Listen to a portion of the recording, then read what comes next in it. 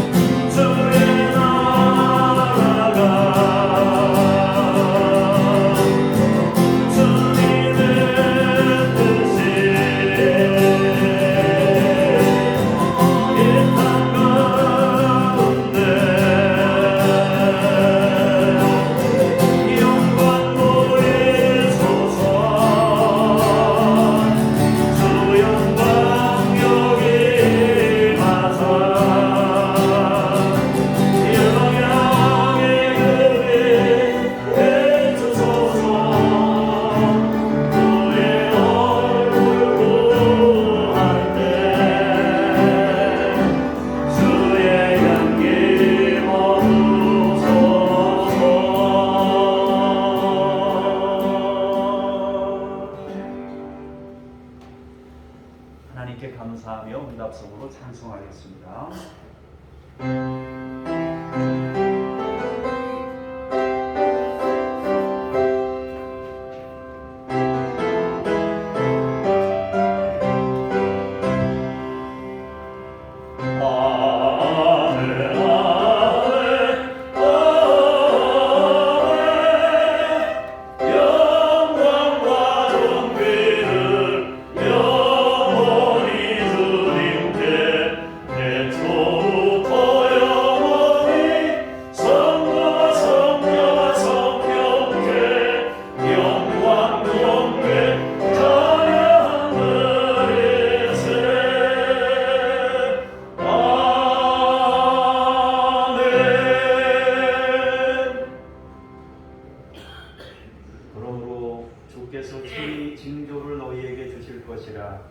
보라 처녀가 잉태하여 아들을 낳을 것이요 그의 이름을 임마누엘이라 하리라.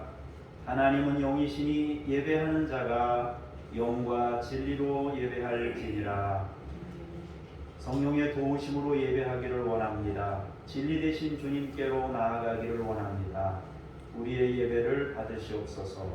주 예수 그리스도 이름으로 기도합니다. 아멘.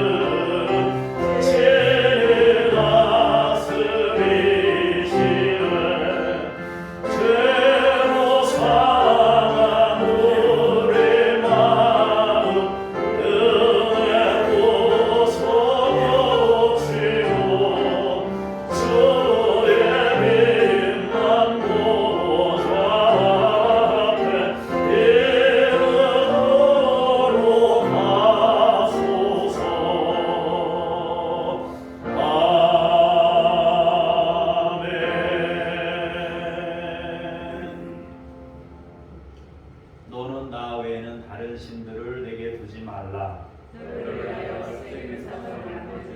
너는 내 하나님 여호와의 이름을 망령되게 부르지 말라.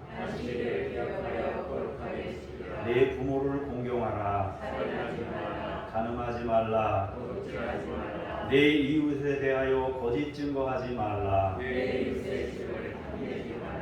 아멘. 참회의 기도 함께 기도하겠습니다.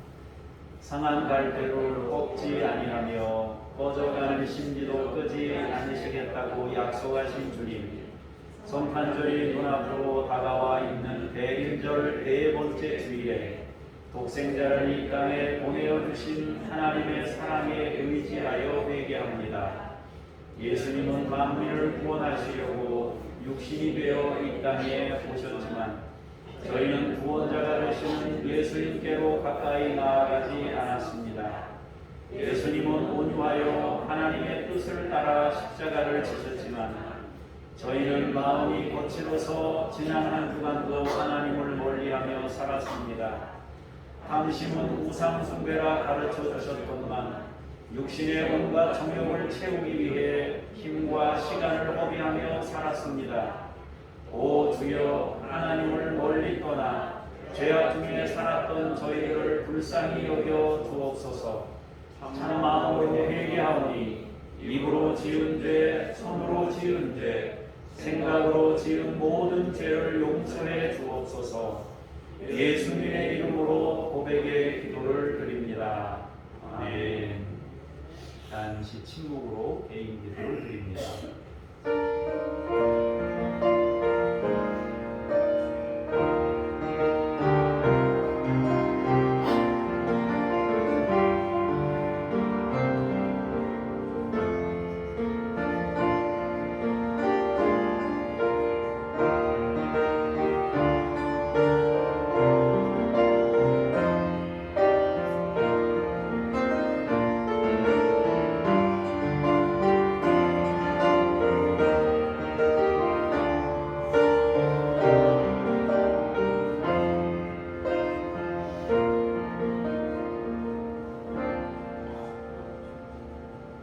너희는 옷을 찢지 말고 마음을 찢고 너희 하나님 여호와께로 돌아올지어다.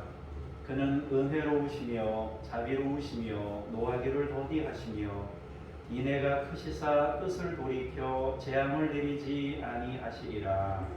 아멘. 신앙 고백 드리겠습니다. 나는 전능하신 아버지 하나님 천지의 창조주를 믿습니다. 나는 그의 유일하신 아들 우리 주 예수 그리스도를 믿습니다.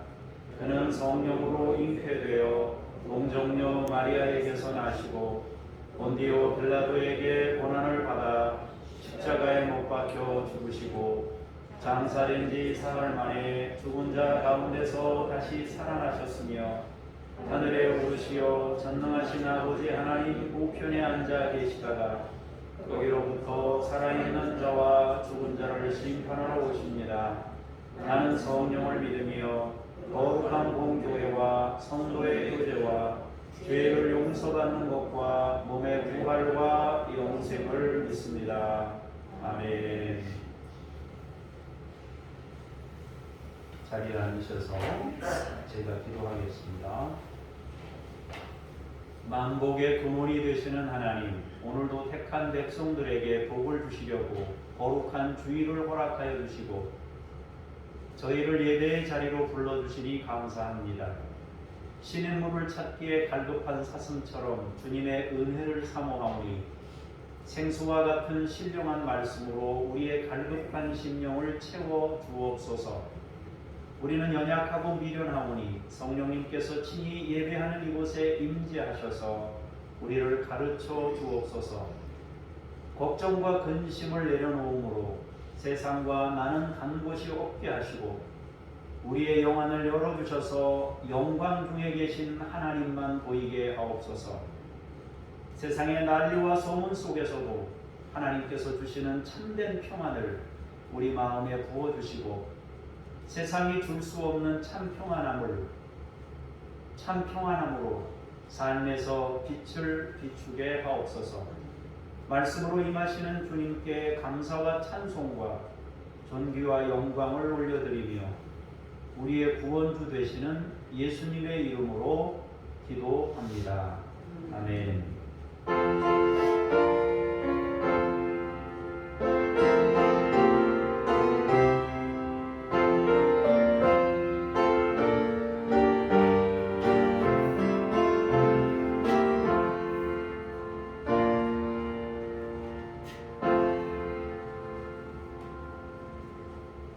말씀 앞으로 나아가면서 회마 찬송 부르시겠습니다.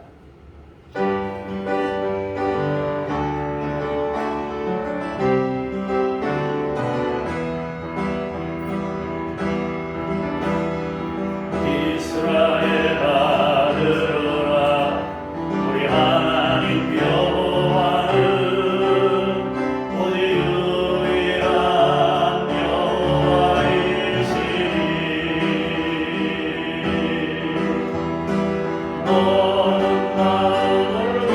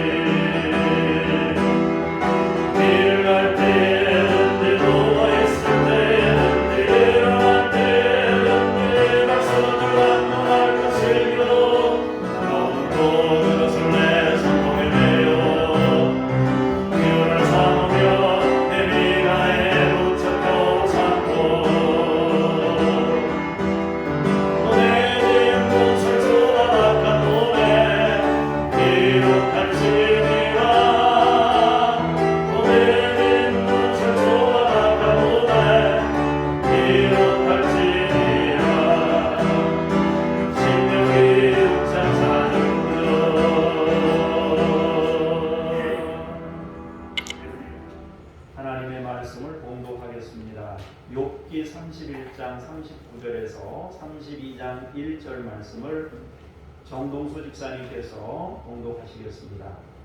만일 내가 값을 내지 않고 그 소출을 먹고 그 소유주가 생명을 잃게 하였다면 를 대신에 가시나무가 나고 보리 대신에 독보리가 나는 것이 마땅하리라 하고 욥이 말을 그치니라. 욥이 자신의 의인으로 여김으로 그 세 사람이 말을 그치니. 아멘. 주님께 감사합니다. 민수기 25장 10절에서 13절까지의 말씀을 강무석 권사님께서 봉독해 주시겠습니다. 여호와께서 모세에게 말씀하여 이르시되 제사장 아론의 손자 엘르아살의 아들 비나스가 내 질투심으로 질투하여 이스라엘 자손 중에서 내 물을 돌이켜서 내 질투심으로 그들을 소멸하지 않게 하였도다. 그러므로 말하라. 내가 그에게 내 평화의 언약을 주리니 그와 그의 후손에게 영원한 제사장 직분의 언약이라. 그가 그의 하나님을 위하여 질투하여 이스라엘 자손을 속죄하였음이니라. 아멘. 주님께 감사합니다. 요한복음 14장 25절에 있는 이하에 있는 말씀입니다. 내가 아직 너희와 함께 있어서 이 말을 너희에게 하였거니와 보혜사 곧 아버지께서 내 이름으로 보내실 성령 그가 너희에게 모든 것을 가르치고 내가 너희에게 말한 모든 것을 생각나게 하리라. 평안을 너희에게 끼치노니고 나의 평안을 너희에게 주노라. 내가 너희에게 주는 것은 세상이 주는 것과 같지 아니하니라. 너희는 마음에 근심하지도 말고 두려워하지도 말라. 내가 갔다가 너희에게로 온다 하는 말을 너희가 들었나니 나를 사랑하였더라면 내가 아버지께로 감을 기뻐하였으리라. 아버지는 나보다 크심이라. 이제 일이 일어나기 전에 너희에게 말한 것은 일이 일어날 때에 너희로 믿게 하려 함이라. 이후에는 내가 너희와 말을 많이 하지 아니하리니 이 세상에 임금이 오겠습니다. 그러나 그는 내게 관계할 것이 없으니 오직 내가 아버지를 사랑하는 것과 아버지께서 명하신 대로 행하는 것을 세상이 알게 하려 함이로라. 일어나라 여기를 떠나자 하시니라. 아멘. 주님을 찬미합니다.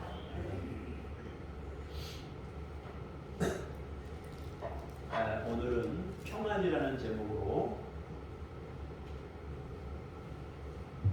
말씀의 은혜를 나누고자 합니다. 하나님께서는 우리가 평안하기를 원하셔요. 여러분도 여러분 자녀가 평안하고 평탄한 인생을 살기를 원하잖아요. 그렇죠? 마찬가지로 우리의 구원 되시고 우리를 창조하신 하나님께서도 우리가 평안한 삶을 사는 것을 원하십니다.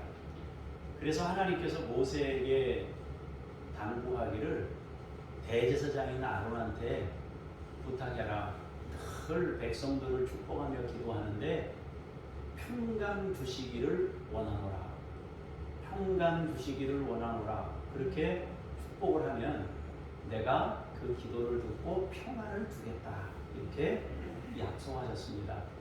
여러분에게 늘 말씀드리지만 실제 평안이라는 것은 누리는 것이 중요합니다. 평안에 대한 이야기를 하거나 내용을 다루거나 뜻을 파악하거나 하는 일보다 진짜 중요한 건 여러분 내면이 실제로 평안을 유지하고 평안을 누리면서 살 수 있느냐, 이것이 가장 중요하거든요. 아무리 설명을 잘하면 뭐 하겠어요? 평안이 없는데. 근데 설명을 못해도 평안한 사람이 있어요. 어떤 사람은 그 뜻하고는 전혀 뭐 내용도 모르지만 그냥 평안하게 사는 사람들이 있어요. 여러분 방글라데시나 이런 나라 사람들처럼 살고 싶진 않잖아요, 그죠? 그런데 우리나라보다 행복 지수가 훨씬 더 높습니다. 그 사람들이 자기네들은 행복하다는데요. 뭐 우리는 고민이 많고 자살률이 세계 1위인데 그 사람들은 자기네가 행복하다는 거예요. 그럼 할 말 없잖아요. 자기네들은 행복하다는데. 수박 겉핥기라는 말이 있잖아요. 수박을 쪼개서 맛을 봐야 되는데 맛은 못 보고 쌓아놨는데 그냥 겉만 핥는 거예요. 그냥 맛을 모르는 거죠. 여러분이 아시지만 제가 전자상 거래 경제학과를 나왔단 말이에요. 그냥 경제학과가 아니라 전자상 거래 경제학과예요. 그래서 컴퓨터 관련된 거를 많이 배웠어요. 아주 엄청 고생했습니다. 모르니까요. 근데 상거래를 할 수 있어야 되잖아요, 그죠? 상고를 할 수 있어야 되는데 상고를 잘 못해요.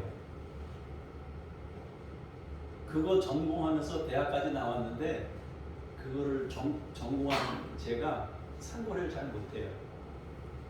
우리 딸은 자기가 가지고 있는 물건 요만한 거 쓰다가 실증 나면 팔아요. 5,000원, 10,000원에 팔아요. 그리고 상거래를 해요. 서로 개인 대 개인이 이렇게 상거래 한단 말이에요. 저는 어떻게 하는지 몰라요.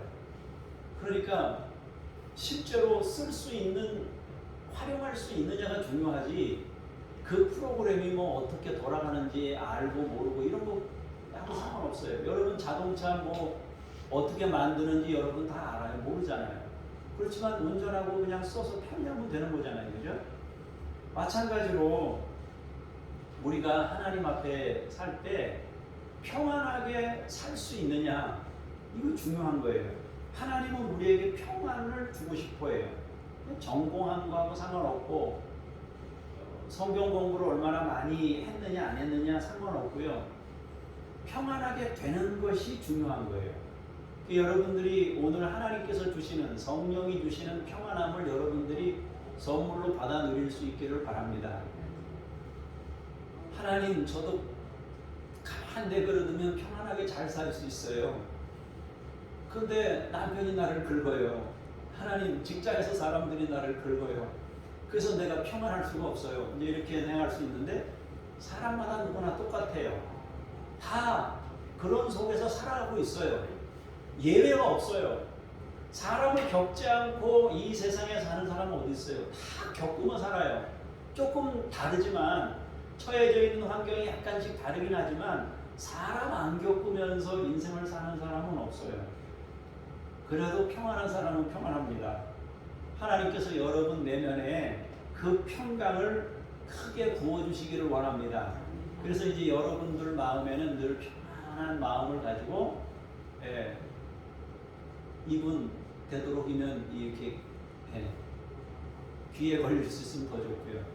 그렇게 하면서 여러분들이 인생을 사실 수 있기를 바랍니다.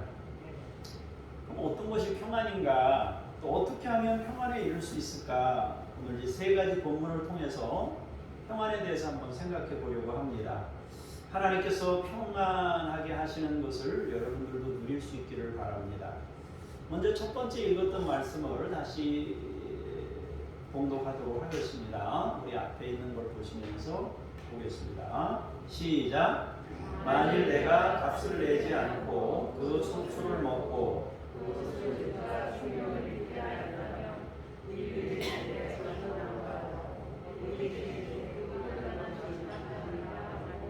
욥의 말이 끝이니라.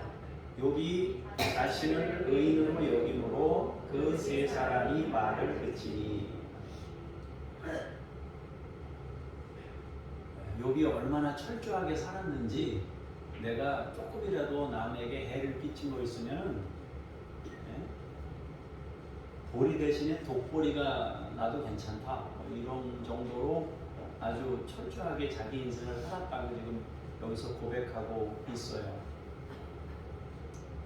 여러분, 사람을 많이 의식하면 의식을 안 하는 것도 조금 생각을 해봐야 되지만요, 사람이 나한테 어떤 반응을 보일 것인가에 대해서 너무 많은 의식을 하게 되면 여러분 평안이 깨질 가능성이 굉장히 높아요. 우리는 하나님 보고 사는 사람들이에요. 그리고 우리가 완벽하게 모든 사람들로부터 다 칭찬을 받을 수가 없어요. 여러분, 요즘에 뭐 선거운동 한창들 하시는데 그분들 지지하는 분들이 50%가 안 돼요. 50%만 되면 그분들은 대성공입니다. 50% 안 돼요. 30%만 돼도 엄청난 겁니다. 그죠? 3%, 국민의 3%만 지지를 받으면 선거운동한 동안 쓴 돈을 돌려줘요. 근데 3% 미만 받으면 안 되지만 3%만 받아도 굉장한 거란 말이에요. 그래도 그분들은 자기 나름대로 이제 자부심을 가지고 살잖아요. 그죠? 그래서 우리가 어디에 관심을 두고 사느냐가 이게 중요한데요. 자, 본문에서 우리가 보면은 이제 그 반복된 구절이 나와요. 반복된 단어가 나오는데 39절의 마지막 부분에 뭐라고 되어 있어요? 그치니라, 그쳤다 그러잖아요. 그죠? 또 32장 1절에도 뭐라 그랬어요? 그쳤다, 그치니 그랬어요. 말을 그쳤다. 이 그친다라는 말을 주목해 볼 필요가 있는데요. 욥기는 긴 대화체로 구성되어 있는 성경입니다. 각자 자신이 생각하는 신앙을 상대와 나눈 이야기입니다. 욥이 인생에서 갑자기 겪게 된 시련을 만나면서 고민에 빠져요. 그러자 욥의 친구들은 고민에 빠진 욥을 위로하면서 해답을 제시해요. 그런데 이 사람들이 제시한 해답이 욥을 평안함으로 인도하지 못해요. 안정을 주거나 평안을 주질 못합니다. 오히려 욥에게 더 큰 고민과 화만 만들어요. 그래서 욥이 막 더 짜증을 내면서 이 친구들에게 막 답변하는 내용이 욥기에 기록되어 있습니다. 우리가 방금 읽은 본문은 그들이 더 이상 대화를 이어가지 않고 끝냈다라는 것을 알 수 있게 돼요. 욥의 말이 그쳤고 욥의 세 친구의 말도 그쳤다는 거예요. 그렇다면 이들의 말은 왜 그치게 되었는가? 문제가 해결되어서 끝났나? 여러분, 대화하다가 대화가 끝날 때는 서로 만족한 결론을 얻어서 대화가 끝나야 해결이 되는 거예요.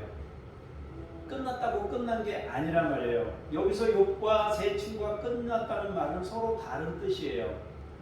욥의 말이 그쳤다라는 말은 완성, 온전 이런 뜻을 가지고 있어요. 그래서 완성되고 온전하다 그런 뜻을 가지고 있어요. 다시 말하면 자기 주장을 굽히지 않고 끝까지 유지했음을 의미합니다. 나는 이 주장을 끝까지 주장했고 내가 완결을 봤다. 그러니까 자기가 나는 의로운 사람이다. 이것을 굽히지 않고 대화 내내 유지했고 그 대화를 그렇게 마쳤다라는 걸 말해요. 그 조금 앞부분을 보면 욥은 자신이 부당한 행동을 했다면 그에 상응하는 열매를 먹는 것이 마땅하다 할 만큼 만약에 내가 하나님 앞에 그렇게 악을 행했다면 내가 저주받아도 마땅하다.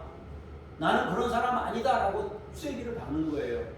그러니까 그렇게 하고 말을 딱 끝내니까 더 이상 세 친구도 반박할 그런 어떤 마땅한 것이 없는 거예요. 그래서 말이 이제 그쳤다는 거죠. 자신은 잘못된 삶을 살지 않았다고 확신하면서 말을 끝냈단 말이에요. 친구들의 말을 받아들이지 않겠다는 거죠. 친구들이 계속해서 말했는데 그 사람들의 말은 나는 옳다고 볼 수 없다. 너희들의 말에 내가 수긍할 수 없다. 내가 가지고 있는 내 생각은 옳다라고 끝까지 확신 있게 자기 주장을 하고 말을 맺었다. 그 뜻이에요. 그러면 욥의 세 친구가 그쳤다라는 말의 의미는 무슨 의미인가? 이거는 중단했다, 실패했다 그런 뜻을 가지고 있습니다. 이 말의 의미는 더 이상 말을 해도 이 사람이 받아들이지를 않으니까 이제 중단해야 되겠다. 실패했다. 우리가 이 사람을 깨우치는데 실패했다. 이 얘기예요. 이것은 욥의 말이 옳다고 인정해서 끝난 게 아니라 자기들이 설득하는 데 있어서 설득을 못했다는 거예요. 그러니까 여전히 이 세 친구들의 생각은 욥이 옳다고 지지를 해준 게 아니에요. 여전히 자기들이 옳지만 말이 안 통하니까 여기서 끝내자 하고 멈춘 것이다 말입니다. 욥이 워낙 확신을 가지고 이야기하기 때문에 더 이상 어쩔 수 없어서 멈춘 것입니다. 그렇다면 이 두 사람, 욥의 세 친구와 욥의 사이에는 평안이 있는 거예요, 없는 거예요? 없지요. 말은 그쳐서 조용하지만 이제 잔잔해진 거예요. 서로 목소리를 높이고 얘기하는 그 상황이 종결대명에 잠잠해진 거예요. 그럼 잠잠해진 거면 이 사람들에게 평화가 임했냐? 아니라는 거죠. 사람들과의 관계에서 우리가 기억해야 될 것이 있는데요. 거짓된 평안과 거짓된 질서가 있다는 거예요. 그럼 거짓된 평안과 거짓된 질서가 뭐냐? 힘의 논리나 고집에 의한 거짓입니다. 거짓 평안입니다. 고집이 너무 센 사람한테는 어때요? 저 사람 성질 더럽다. 건드리지 말자. 내버려 두자. 그런데 사실 평안한 건 아니에요. 안 좋지만 더 안 좋은 상황이 만들어질까봐 그냥 누르고 있는 거예요. 과거에 미국을 경찰 국가라 그랬어요. 지금도 미국을 경찰 국가라 그러는 거예요. 그 트럼프가 그거를 약간 뭐라 그래, 경찰 국가 하는 거를 우리가 뭐로 손해나게 그 짓을 하냐? 우리는 우리 이익만 위해서 살면 된다 해서 그런 경찰 국가에 관한 것들을 조금 내려놓으려고 그랬잖아요. 그래서 군사비 부담을 일본한테도 많이 부담 지우고 우리나라한테도 많이 부담 지워서 이제 함께 세상 질서를 만들어내는 데 힘을 보태라 이렇게 된 거잖아요.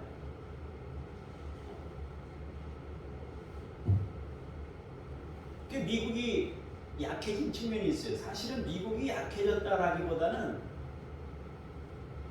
다른 나라들이 점점 부강해지면서 그 통제할 수 있는 권한의 그 크기가 점점 작아지는 거예요. 미국의 힘은 여전히 강하지만 그렇다는 거죠. 그런데 그때 당시 세계 여러 나라가 큰 소리나 잡음이 없이 조용히 지나갔습니다. 그런데 사실은 진짜 세상이 평안하기 때문에 조용한 게 아니라 미국이 워낙 세니까 말을 못하는 거예요. 말 잘못하면 무역보복 당하죠. 뭐 하죠. 그러니까 이게 어려워지는 거예요. 지금 당장 미국이 군대를 빼내가면 좋겠지만은 군대를 빼내가면요 주식이고 뭐고 막 경제가 곤두박질 칠 거예요. 그러니까 어쩔 수 없어요. 울며 겨자 먹기로 기분은 안 좋지만 큰 소리를 못 내는 거예요. 사실은 위장된 평화예요. 혈맹이라고 그러잖아요. 혈맹이 피를 섞었다 뭐 그래가지고 혈맹이라고 그러는데 실제로 여러분 우리가 미국 사람들을 아주 좋아하느냐 가만히 이렇게 내면을 잘 살펴보면은 썩 좋아하는 사람도 많지 않은 것 같아요. 그래도 그 사람들하고 늘 뭐래요? 혈맹이래요. 동맹이래요. 그리고 우리는 형제라는 거예요. 강대국이다 보니 약소국들이 자기 목소리를 내지 못하는 거예요. 세계에 질서가 있는 것처럼 보여요. 전쟁 없이 평화가 지속되니까요. 지금도 전쟁이 완전히 다 사라진 건 아니지만 과거처럼 제국주의 시대처럼 나라를 막 점령하도록 세계가 그렇게 보질 못해요. 놔두질 않아요. 그건 옳지 않다. 각자 자기 나라를 유지할 수 있도록 어느 정도 그 질서가 이렇게 정립이 돼 있잖아요. 지금 마음 놓고 전쟁할 수 있는 나라는 몇 나라밖에 안 돼요. 미국이나 러시아나 중국이나 이런 나라들은 뭐 자기 고집대로 이스라엘이 조금 좀 그런 것 같고요. 다른 나라들은 자기 마음대로 막 전쟁을 못합니다. 지금 세계는 힘의 논리로 누르고 있는 평화의 관계예요. 욥과 세 친구가 말을 그친 것은 평안이 찾아왔기 때문이 아니라 그들의 말이 평행선을 달리고 있음을 알았기 때문에 멈춘 거예요. 여전히 욥이나 세 친구들은 자기 주장을 바꾸지 않았습니다. 기회가 되면 또 자기들 주장을 말할 것입니다.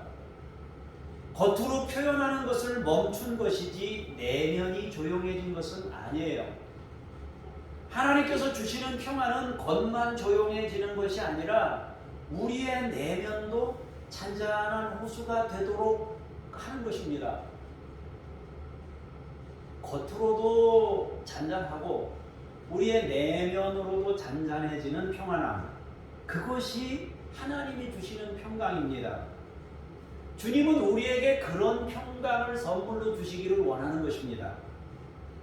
하나님 앞에 가야 그 평안이 올 거예요. 자기 주장의 고수는 평안의 관계를 만들지 못합니다.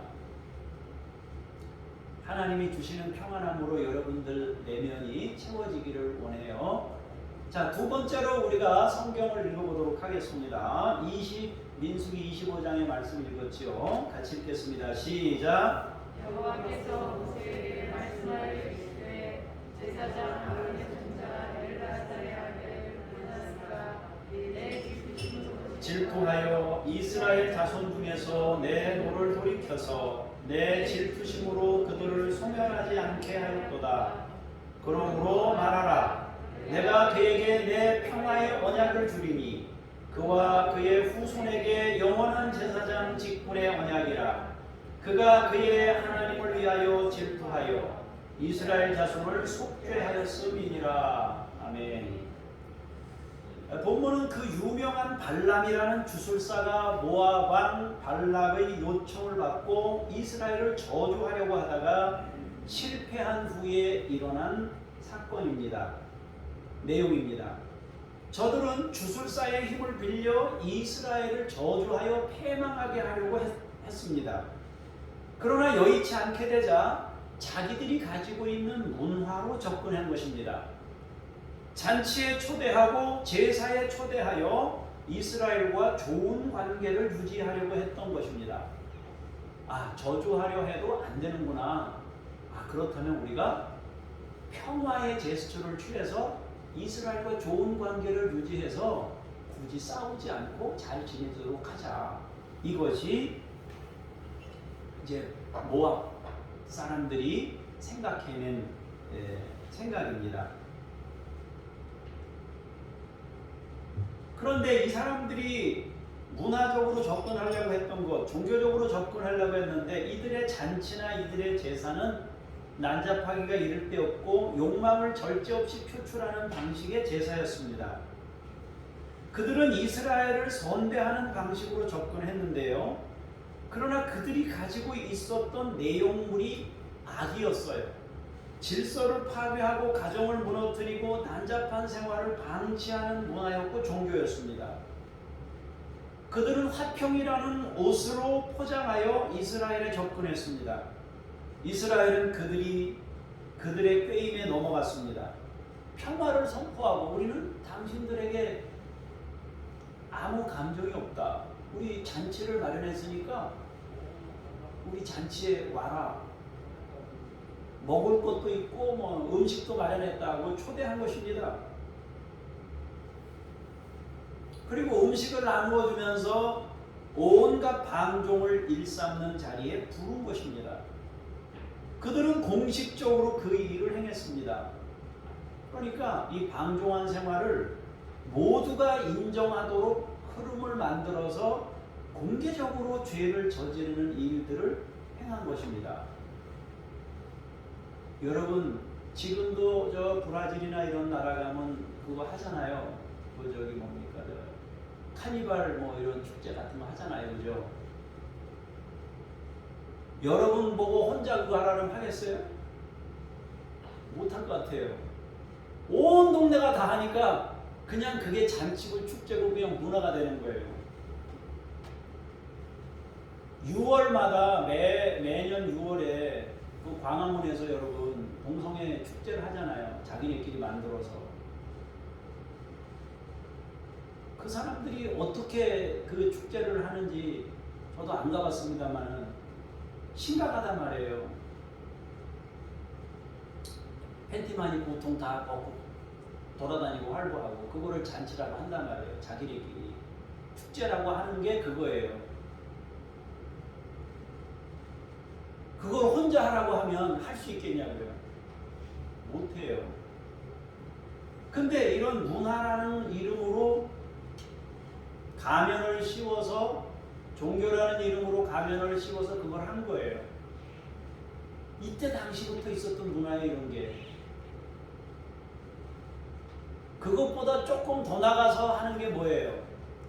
종교적 타락에서 요거보다 조금 한 단계 더 나가서 하는 게 뭐예요? 한 단계 더 나가서 하는 게 바로 인신제사입니다. 사람을 바치는 거예요. 사람을 죽이는 거죠. 사람을 죽여서 자기들이 복을 받겠다는 거예요. 그래서 어린아이들 막 제물로 키우잖아요. 어린아이들을. 그런 짓을 했어요. 하나님이 우상숭배를 그래서 너무 싫어하셨어요. 그러면서 자기들 잔치에 불러서 이스라엘과 화평을 말한 거예요. 그러니까 이스라엘 백성들은 먹을 거 준다 하지 잔치한다 그러지, 근데 한 사람이 그렇게 하면 모르는데 다 그러고 살고 있으니까 처음에 잔치하는 이 사람들이 뭐 하는 짓이야 그러는데 가서 음식도 먹고 뭐 놀고 하다 보니까 그런 대로 또 괜찮은 거예요. 별로 큰 죄 같지가 않은 거예요. 그래서 그냥 같이 놀았어요. 그들하고 같이 섞여서. 이 사람들의 행위가 악이라고 보는 게 아니라 그냥 우리와 조금 다른 어떤 뭐 특징을 가지고 있는 사람이구나. 그러면서 거기에 동참한 거예요. 그들은 한 지역에 살면서 평화를 누렸어요. 싸움 없이 공존하면서 잘 지냈단 말이에요. 그런데 그들의 평화는 평안이 아니라 악행입니다. 악행을 정당화하는 타락이었습니다. 그냥 그들과 섞여서 하나님도 섬기고 그들이 섬기는 우상 숭배에도 동참하면서 거짓된 평화에 속고 있었습니다. 그때 아론의 손자 엘르아살의 아들이었던 비느하스가 의분이 일어났어요. 그는 거짓된 평화의 고리를 끊어내고자 중대한 결단을 내립니다. 그는 악행을 멈추게 하기 위하여 우상 숭배에 가담한 두 남녀를 죽입니다. 이 남자는 시물이라는 남자인데 시므온 가문의 지도자였습니다. 족장에 해당하는 지도자였단 말이에요. 여자는 미디안 여인이었는데 고습이라는 여인이었습니다. 그런데 이게 완전히 뭐 잔치에만 간 게 아니라 그걸 보고서 뭐 별천지 상황이 된 거니까 그걸 보면서 자기도 예쁜 여자를 하나 데려다가 이스라엘 장막까지 데리고 와서 자기 집에서 동침한 거예요. 쉽게 말하면 창녀를 집안으로 끌어들여서 동침했단 말이에요. 하나님께서는 이스라엘이 이런 거짓된 평화에 속아 문화적 교류라는 이름으로 혼합되는 것, 하나님의 신앙을 버리는 그들을 보시고 가슴 아파하셨습니다. 그들은 난잡한 생활에 빠져 약속의 땅이라는 사명까지 이뤘습니다. 이스라엘 백성들은 지금 자기가 누군지, 뭐 해야 되는 사람인지, 어디를 향해 가고 있는 사람인지를 잃어버렸어요. 왜 여기에 있는지, 왜 사는지도 모른 채 허덕이고 있는 거예요. 우리가 기억해야 되는 것이 있어요. 아무 일도 안 일어난다고 해서 평안이 아닙니다. 서로 잘 지낸다고 해서 평안이 아닙니다. 악행이나 타락과의 혼합의 평안은 거짓입니다.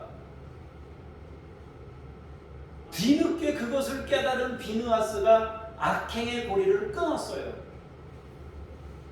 단호하게 관계를 끊어냈습니다. 그러자 하나님께서 비느하스에게 은혜의 언약을 주셨습니다. 내가 비느하스에게 평화의 언약을 주겠다. 앞으로 너와 너의 후손에게 영원한 제사장의 직분을 언약해 주겠다. 거룩하고 신실한 하나님의 사람이 그 집에서 끊어지지 않게 하겠다라는 평화의 언약을 주셨습니다. 거룩한 대물림이 있을 것임을 약속해 주신 것입니다. 오염된 거짓 평안이 아니라 하나님 안에서 살아가는 거룩한 삶을 만드는 평안입니다. 이스라엘 백성들이 지금 뭐 하는 사람들이에요? 어디를 가고 있어요? 가나안 땅, 약속의 땅, 하나님의 은혜를 받아서 홍해를 갈라서 지금 나와서 광야 40년을 지나고 이제 가나안 땅을 코앞에 두고 있는, 목전에 두고 있는 거잖아요. 지금 자기들이 가야 될 곳이 거기란 말이에요. 약속의 땅. 아브라함 때부터, 창세기 때부터 약속받은 땅이란 말이에요.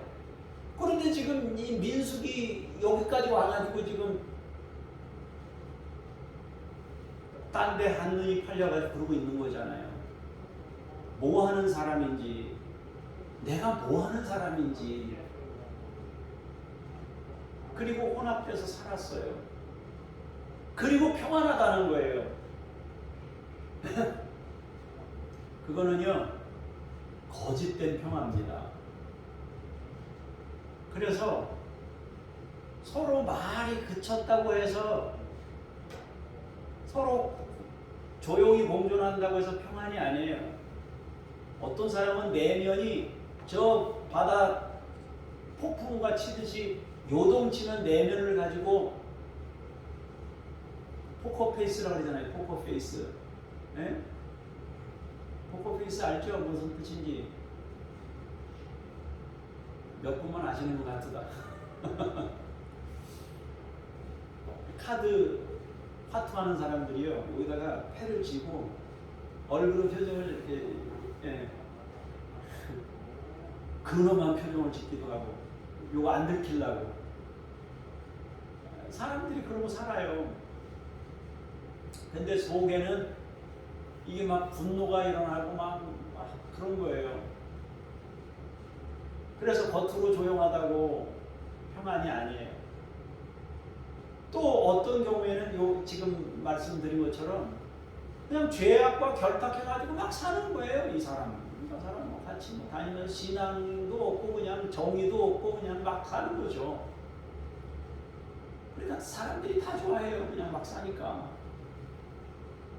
근데 그게 타락이고 범죄지, 악행이지 하나님 앞에서 온전한 평안이 아니란 말이에요. 그래서 우리가 어느 한쪽으로 쏠리는 그런 거짓된 평안, 이장된 평안을 우리는 생각하지 말아야 된다는 거죠. 자, 이 요한복음에 있는 말씀을 한번 보도록 하겠습니다. 같이 읽겠습니다. 시작.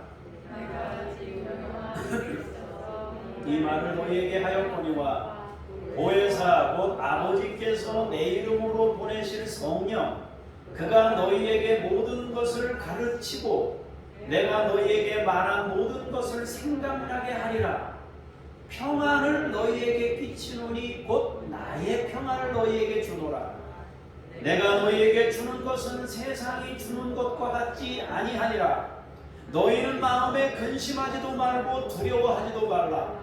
내가 갔다가 너희에게로 온다 하는 말을 너희가 들었나니 나를 사랑하였더라면 내가 아버지께로 감을 기뻐하였으리라. 아버지는 나보다 크심이라. 이제 일이 일어나기 전에 너희에게 말한 것은 일이 일어날 때에 너희로 믿게 하려 함이라.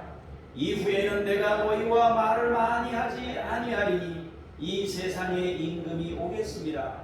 그러나 그는 내게 관계할 것이 없으니 오직 내가 아버지를 사랑하는 것과 아버지께서 명하신 대로 행하는 것을 세상이 알게 하려 함이로라. 일어나라 여기를 떠나자 하시니라. 아멘. 주님은 제자들에게 내가 너희에게 평안을 끼친다 그랬어요. 나의 평안을 너희에게 주노라 말씀하셨습니다. 이 평안은 세상이 주는 것과 같지 않다, 다르다 말씀했습니다. 그러면서 마음에 두려워하지도 말고 근심하지도 말라고 당부합니다. 그러면 주님께서 이 말씀을 왜 하셨을까요? 사실 제자들은 지금 두려워하고 있습니다. 왜냐하면 예수님께서 서서히 십자가를 말씀하셨기 때문입니다. 십자가가 가까워질수록 저들의 마음에 압박감이 찾아왔어요. 주님은 제자들과 최후의 만찬을 하셨습니다. 너희 중에 배신자 하나가 있다고 하셨습니다.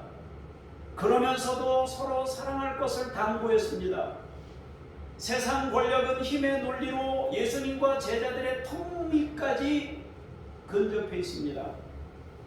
주님은 이제 제자들과 더 이상 말을 많이 할 수 없는 상황을 설명하십니다. 앞으로는 내가 너희와 말을 많이 못할 수도 있다. 세상 임금이 올 것이기 때문이다. 세상 권력자가 등장해서 나를 잡아갈 것이기 때문에 앞으로 말을 많이 이제 더 이상 많은 대화를 나눌 수 없다. 그런 거예요. 주님이 십자가에서 순환을 당하실 것을 말씀하고 있는 겁니다. 주님은 세상 흐름과 분위기에 두려워하고 있는 제자들을 보시고 오늘 본문 말씀을 주셨습니다. 주님은 십자가에서 죽는다고 합니다. 세상 권력은 무력으로 예수님과 제자들을 향해 다가오고 있습니다. 너무도 두려운 상황이 그들의 삶의 자리에 드리워진 것입니다. 그때 주님이 제자들을 향해 평안을 선포하시고 평안을 선물하신다고 말씀하고 있습니다. 주님은 평안을 말씀하시면서 먼저 성령을 약속하셨습니다. 지금은 내가 너희에게 말하지만 얼마 후에는 성령님이 오셔서 그분이 말씀하실 것이고 그분이 가르쳐 주실 것이고 그분이 오셔서 모든 것을 내가 말했던 것들을 생각나게 하실 것이라고 말씀하셨습니다. 주님은 제자들에게 성령님을 보내실 것을 약속하시며 평안을 주신다고 하신 겁니다. 결국 제자들에게 주어지는 평안은 성령을 통해서 얻게 되는 것임을 말씀하고 있습니다. 두 번째로는 주님께서 이 말씀을 하시는 것은 일이 일어날 때에 믿게 하기 위함이다 그랬습니다. 즉 십자가를 지실 때 믿도록 하기 위함입니다. 믿음은 평안을 안겨줍니다. 그럼 뭘 믿느냐? 주님이 행하신 것을 믿는 겁니다. 주님이 아버지 하나님을 사랑하신 것, 주님이 아버지 하나님의 뜻을 행하셨다는 것을 깨닫고 믿는 것입니다. 결국 십자가는 진정한 승리고 하나님의 사랑이며 그 길을 통해 진정한 영광과 진리에 이르게 됨을 성령님께서 알려주신다는 것입니다.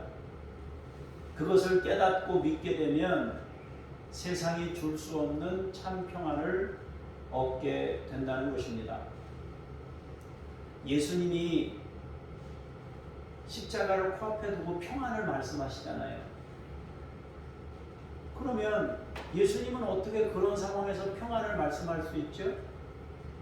자기가 가고 있는 그 걸음이 하나님의 뜻에 부합한 온전한 걸음이라는 분명한 중심이 있는 거예요. 주님에게. 온 사람들이 다 예수님을 비난을 퍼붓고 십자가에 매달아 죽이는데 주님은 하나님의 음성을 정확히 듣고 하나님과 정확히 하나 일치를 이루며 살았습니다. 그래서 외부적인 사람들의 반응 때문에 자기의 평안이 깨지질 않았습니다. 여러분이 하나님 안에 온전히 서서 그분 안에 살아간다고 하는 가치지향적인 그런 중심이 확고한 만큼 여러분에게 평안이 주어지는 것입니다. 주님의 평안은 영원한 가치를 깨닫게 될 때 주어지는 것입니다. 그것을 믿을 때 주어지는 것입니다.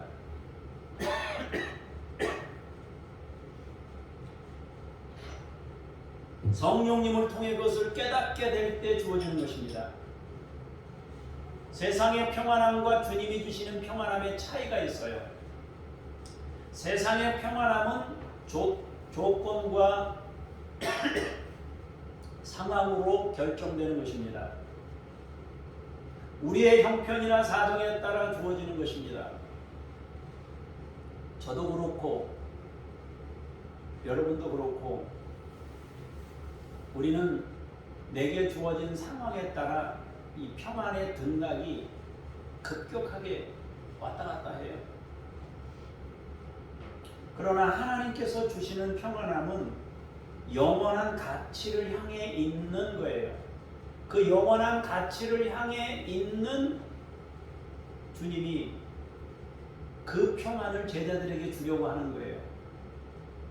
이 평안을 얻어야 세상에서 진정한 하나님이 주시는 평안을 유지하며 살 수 있다 말씀하신 것입니다. 이제 바울이 보여준 신앙을 성경을 통해 한두 곳 살펴보면서 우리가 한번 좀 생각을 해보면 좋겠어요. 사도행전 26장 29절입니다. 같이 읽어보겠습니다. 시작. 너희들의 말이 적으나 많으나 당신뿐만 아니라 오늘 내 말을 듣는 모든 사람도 나에게 결박된 너희는 나와 같이 되기를 하나님께 원하나이다. 아멘. 지금 바울이 붙잡혀 있는 거잖아요. 결박돼 있잖아요. 그런데 사람들을 향해서 얘기하는 거예요.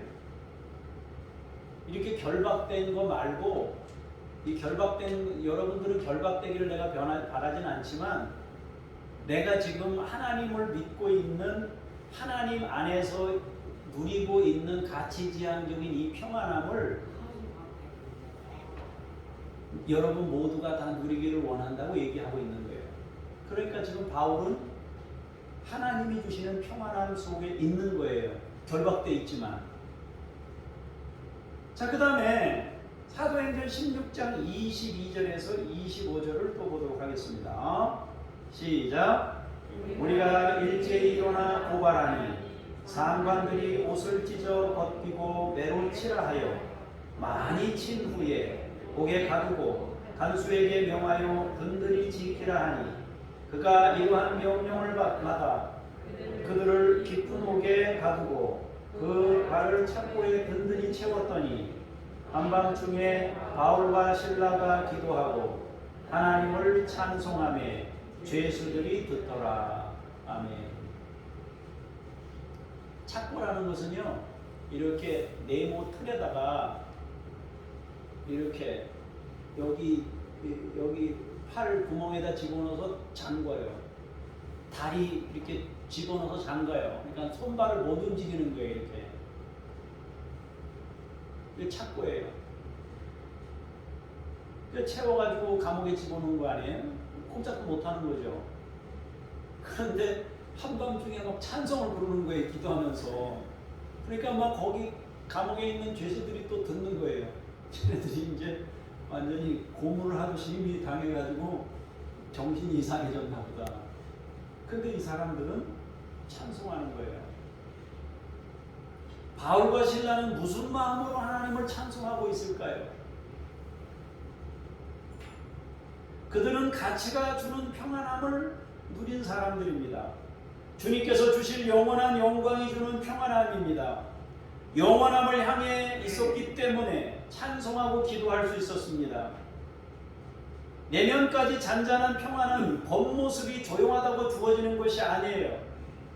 죄와 결탁되고 혼합되어 있는 여유는 진정한 평안이 아닙니다. 하나님께서 주시는 영원한 가치를 깨닫고 거기로부터 오는 영원한 영광을 향할 때 주어지는 평안이 참 평안입니다. 사랑하는 성도 여러분, 여러분의 형편과 사정이 보다 나아져서 행복한 삶을 살 수 있게 되기를 축복해요. 여러분들이 형편과 사정도 좋아져서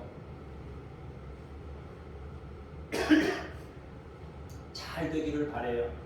그러나 더 나아가 그것을 뛰어넘어 성령님께서 주시는 평안함을 맛보는 분들이 되시기를 바랍니다.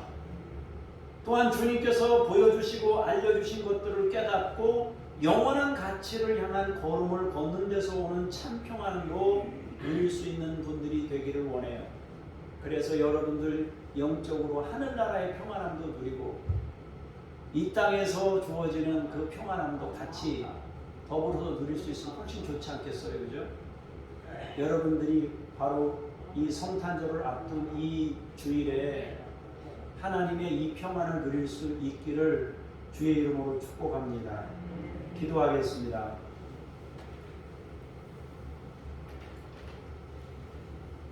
하나님 아버지, 우리의 겉모양의 평안함과 우리의 내면의 잔잔한 평안함이 우리에게 임하기를 원합니다. 하나님 아버지, 거짓된 평안으로 화평한 것처럼 보이지만 그렇지 못한 위장된 평안에 놓이지 않기를 원합니다. 가치지향적인 하늘의 평안을 맛보고 사는 우리 모두가 될 수 있게 해 주시옵소서. 주 예수 그리스도 이름으로 기도합니다. 아멘.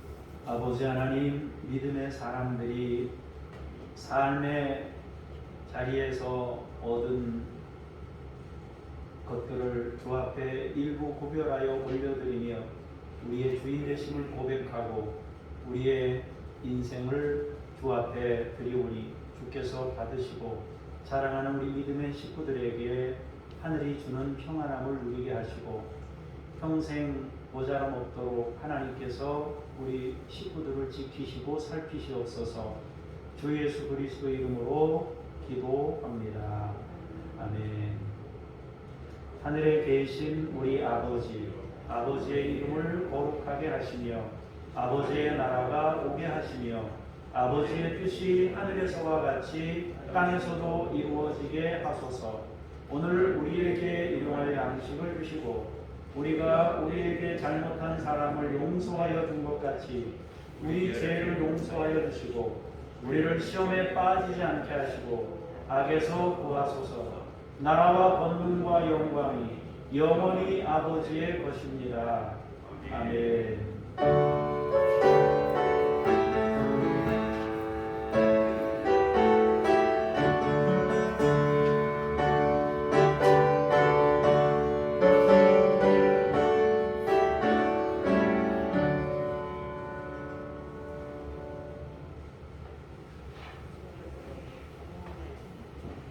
교회 소식 한 가지만 전하겠습니다. 성탄절이 토요일인데 여러분 주일이 그 앞에 있어서 그 뒤에 바로 있어서 여러분이 좀 그렇겠지만은 그래도 잃어버리지 마시고 토요일 날 성탄절 예배 11시에 똑같이 있으니까 그렇게 여러분이 기억하셨다가 토요일에 예배 참여하시고 또 성탄절에 예배 참여할 수 있기를 바래요. 주보가 따로 이렇게 없어서 그 내용을 제가 카톡으로 보내드렸으니까 순서 맞으신 분들은 이렇게 잘 하시고 여기 앞에 화면을 잘 보시고 성탄절에 같이 참여할 수 있으면 좋겠습니다. 암송 찬양 부르시고 기도하겠습니다.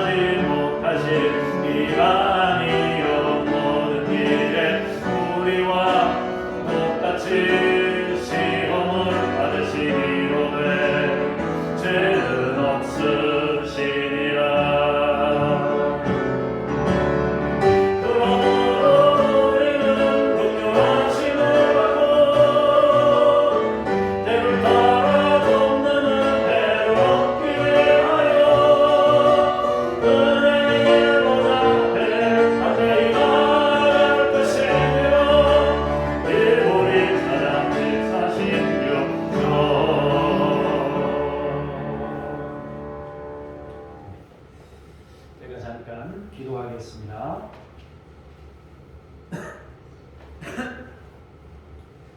예수님의 성육신을 통해 우리에게 주신 구원의 은총을 깨닫게 이 민족의 복을 주시고 예수님을 바로 예배하는 사람들이 넘쳐나는 민족이 되게 하옵소서.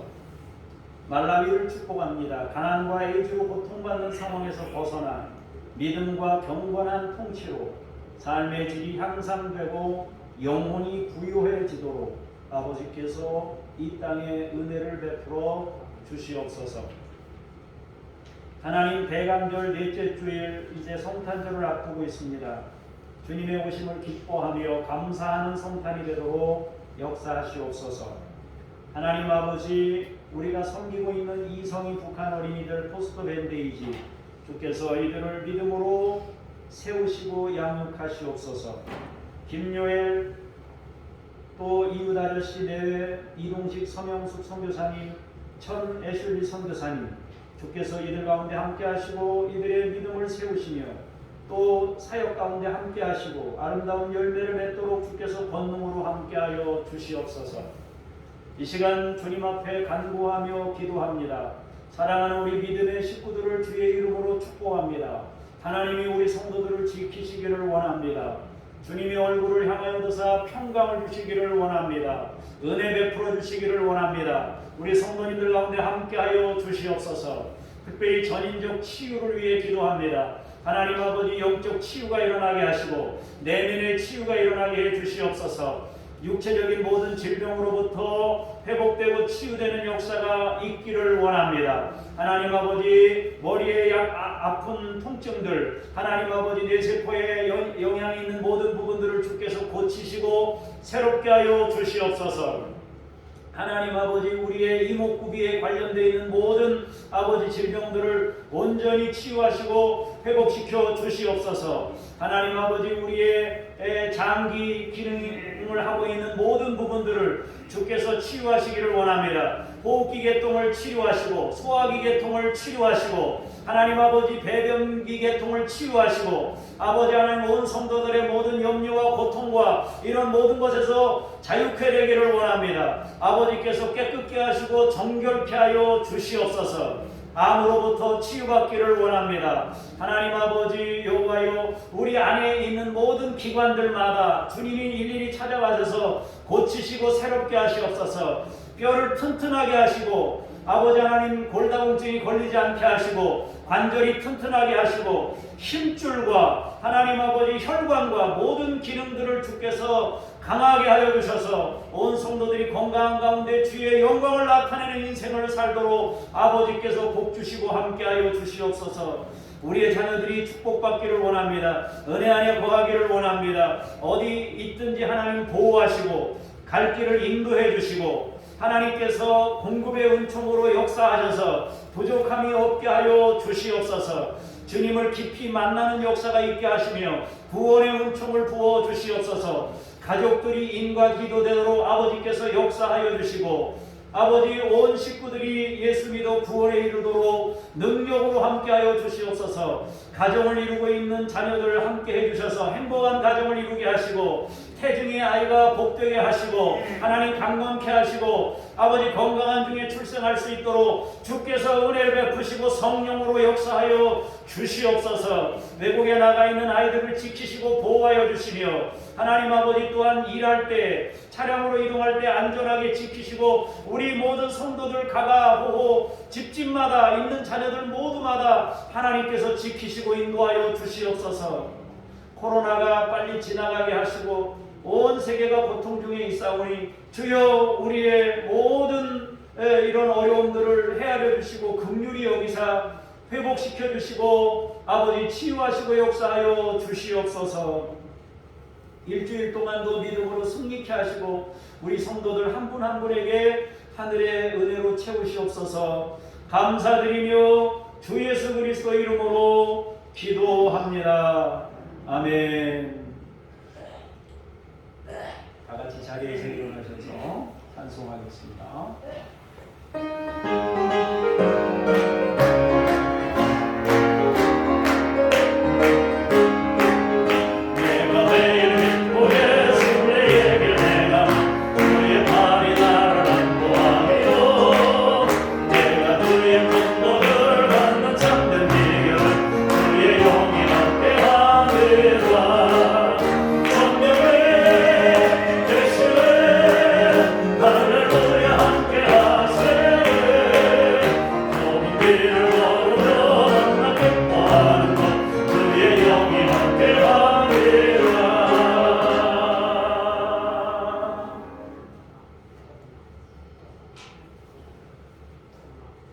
성육신하여 우리에게 찾아오신 구원주 예수 그리스도의 은혜와 평안을 허락하시는 아버지 하나님의 그 크신 사랑하심과 영원한 가치를 깨닫게 하심으로 하늘의 평안으로 인도하시고 부어주시는 성령님의 역사하시니 오늘 말씀을 통하여 은혜 받고 하나님이 주시는 평안의 선물을 받아 삶의 자리로 돌아가는 믿음의 사람들 머리머리 위에 주께서 세우신 교회들 위에 이제로부터 영원까지 함께 하시기를 간절히 축원하옵나이다.